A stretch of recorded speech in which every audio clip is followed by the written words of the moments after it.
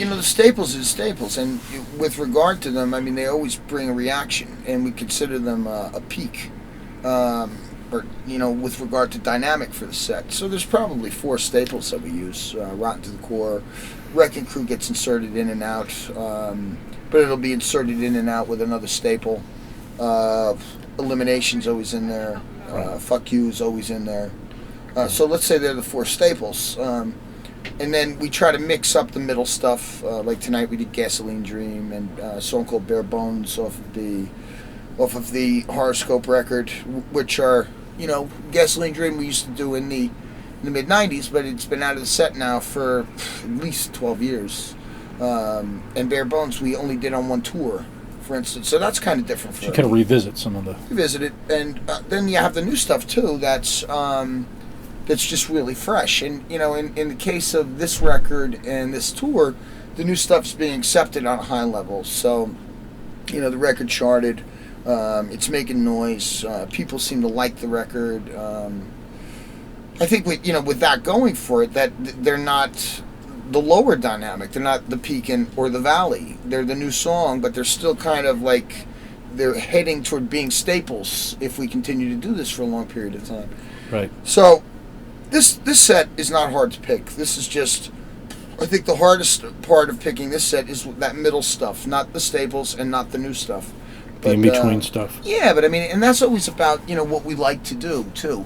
Because I think that, you have to be into it. You can't just say, oh, I'm just going to do what people want. Because then you kind of become a puppet, Right. And it's not that I don't want the reaction. Of course I do. But what I don't want is to just become, what it was as opposed to what it is. I mean, I think it's really more important about, Denver as opposed to, yesterday was Lincoln, Nebraska, and the day before that was Chicago or Minneapolis. It's more important that it was about Denver today. Right. So that makes those songs old, new, in the middle, kind of, they have new life if you think from day to day.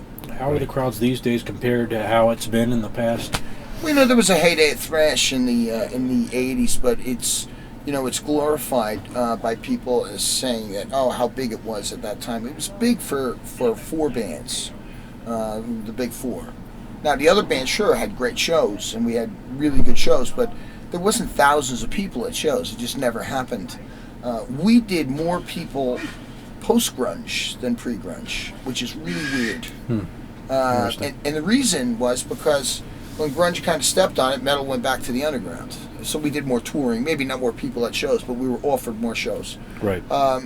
So as metal goes back to the underground and bands just kind of fade away during that particular time. I mean, in 93, there's 94, there's 100 touring thrash bands, and 96, there's 9.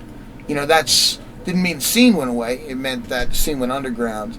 Most of these bands went home, worked for mom and dad, but there was like 9 or so of us left, 9, 10, that were touring.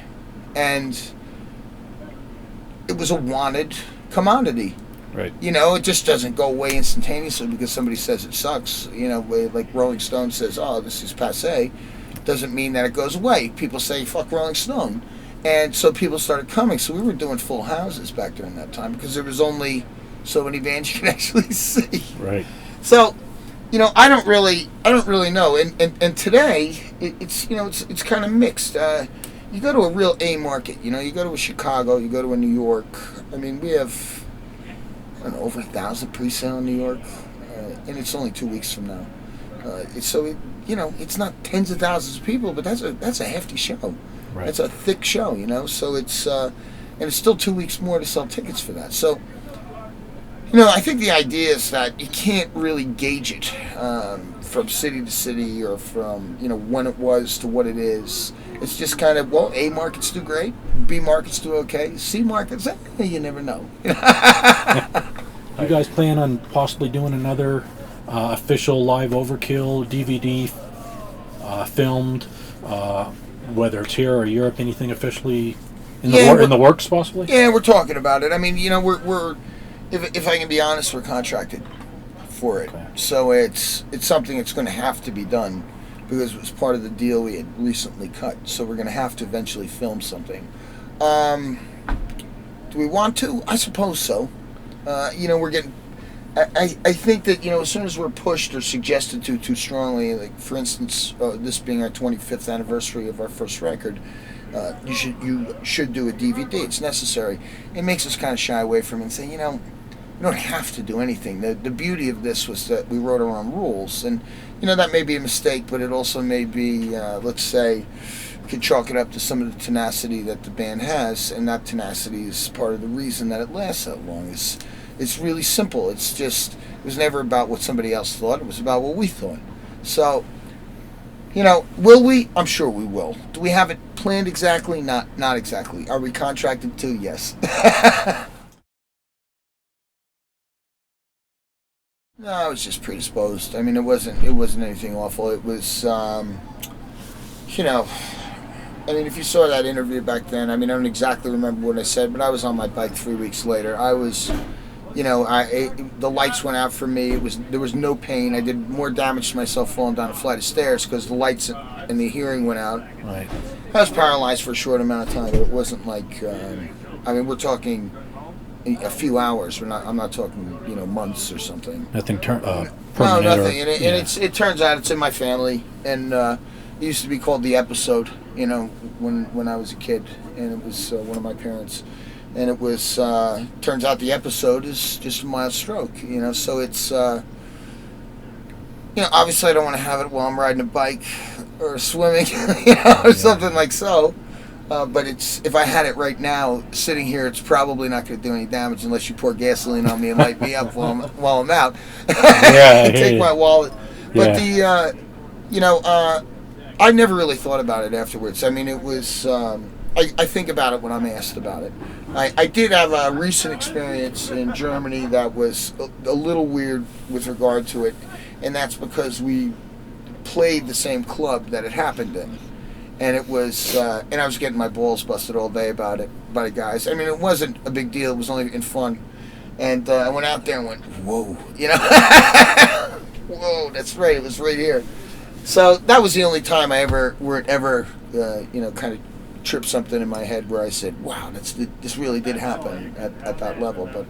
But I haven't really lived in that, you know, that handicapped state of mind with regard to it. It's just it didn't affect me long term, and it's and obviously I can still do what I love doing.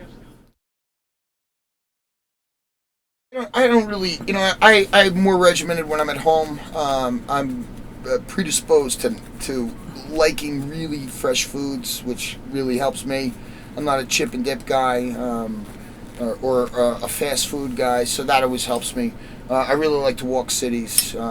I didn't do it today because I was too busy in Denver, but you know, the last 10 shows I usually do 5 miles a day. So I mean, wow, you know, in a month I'm doing you know, 150 miles walking. Yeah. So it's, you know, that's part of it. Just out of curiosity of seeing something I haven't seen in a city, or there's a few cities I won't walk, but probably not around here. But no, this looks alright. This doesn't look awful, but it just doesn't look interesting. Yeah, I hear you. But there's some cities that are a little depressed. I don't walk, but there are. But shit, man, you're in Philadelphia or New York, or you're in. I was in Ottawa, you know, 10 days ago, and Montreal, and Toronto. I love those cities, you know. Right. So I mean, they're really fun to walk.